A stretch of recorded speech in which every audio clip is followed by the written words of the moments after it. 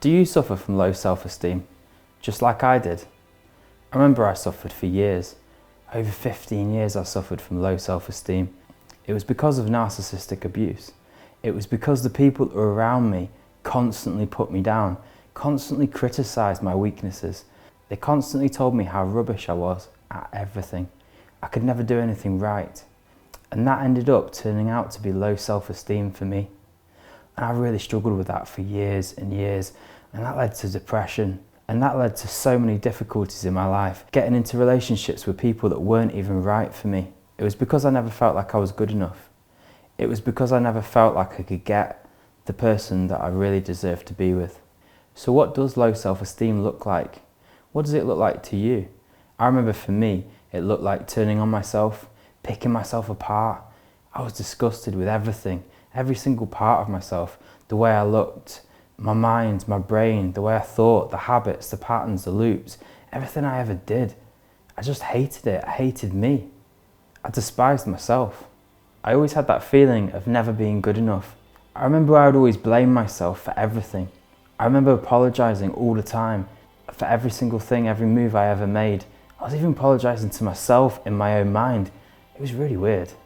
So here are some of the solutions that work really, really well for me when I want to overcome my low self-esteem. And this is what I've been practicing for the last 10 years. I do daily affirmations.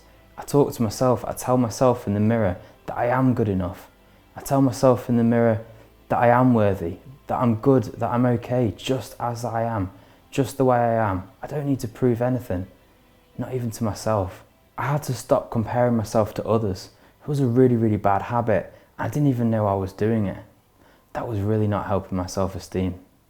Self-care and self-love, managing to find ways to love myself, to care for myself. That was a really important part of me rebuilding myself and my self-esteem. You may have heard it before, an inner self-critic. Now this is that little voice that constantly tells you how rubbish you are, how crappy you are at everything. Now it's really important we have to silence that inner critic. Silence that voice. I have a really, really loud inner critic because of the abuse that I suffered. How about you? What does your inner critic say to you? How does your inner critic start to bring you down? Grounding and centering ourselves through some of the techniques that I've shown you before, they're going to really help to calm that voice and center that back down to a neutral position where we can start to rebuild ourselves internally and mentally. It's really important to reframe negative thoughts. So when you get a negative thought that comes in, how could you reframe that into a positive? Have a little think about that. Maybe even write that down. I did loads of exercises like that, and I still do them to this day, and they've really, really helped me. When it comes down to labeling and reframing my thoughts, I might get a thought in that tells me that I'm not very good at drawing, but that's okay. I understand that I've only just started drawing, but I will get better, and then I make a plan of how I'm going to get better. And that's a way of positively reframing that negative thought. Or perhaps you could leave it where it is and say, I'm not very good at drawing. And that's the voice. But you actually might say to yourself, but that's okay. I don't really like drawing anyway. When it comes down to the inner critic, that little voice that keeps bringing you down and putting you down, you've got to remember, it's like a little game of tennis. You've got to just knock it back a little bit. Every single time the thought comes in, just knock it back to the right. It might say, you're not very good at that. And you might knock it back and go, that's okay. I know I'm not very good at that, but I'm going to improve. And that knocks it back a little bit. Every time you do that, it silences the inner critic. Low self-esteem can manifest in so many different ways. With me, it manifested in really not liking myself, despising myself, picking myself apart, every single part of me, from the inside to the outside. It could have been the way I looked one day. The next day, it might have been my hair. The next day it might have been the thoughts that ran through my mind. The day after that could just be the failures, everything I failed at. It was constant, it was relentless, and it made me depressed. It made me suicidal. I remember there were days when I really was going out to kill myself, and that was because of my low self-esteem. With low self-esteem, you never feel good enough, ever, and that's really tricky and really difficult in everyday life. When every single task you ever go to complete, you just never feel like you're going to do it well, or you're never going to be good enough at it. Sometimes that does lead back to the procrastination, where you just end up never doing anything because of that perfectionism, because of the low self-esteem and never feeling good enough. So the root cause of my low self-esteem was narcissistic abuse. It was the people around me, the people closest to me, the people that I used to call family. They were the ones that were bringing me down. They were bringing me down section by section, tiny piece at a time, like little salami slices over year after year after year. And that's where my root cause was. It was them. When I was growing up, I was adopted, and my adopted mother just seemed to criticise me all the time.